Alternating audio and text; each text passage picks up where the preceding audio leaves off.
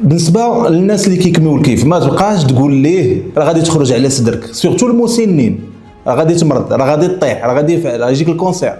ما نبقاوش نانفونتيليزيو في هاد الناس، واش ما بغيتيش دير عقلك.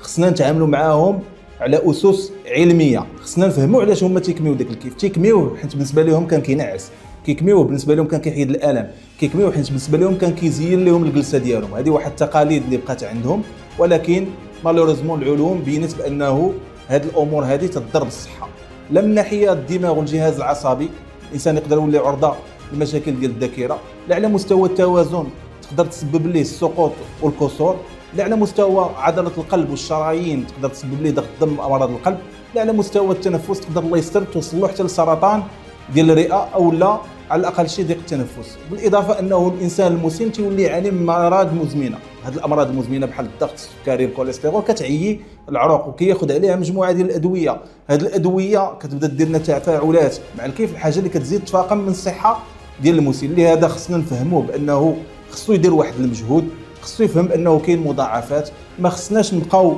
نصغروا منه ونديو عند واحد الاختصاصي، طبيب عام او لا طبيب نفسي اللي تيدير العلاج ديال الادمان باش يعطيه الادويه المناسبه للحاله الصحيه ديالو. الا كان المشكل انه كيتكيف باش ينعس، خصنا نعطيو ادويه ديال النعاس. الا كان حيت معصب نعطيو ادويه ديال العصب. الا كان كيستعملوا الامور اخرى خصنا نعالجوه على حساب الاعراض وعلى حساب المشاكل الصحيه اللي عنده. لهذا خصنا نفهموه نعالجوه بلا ما نصغروا منه.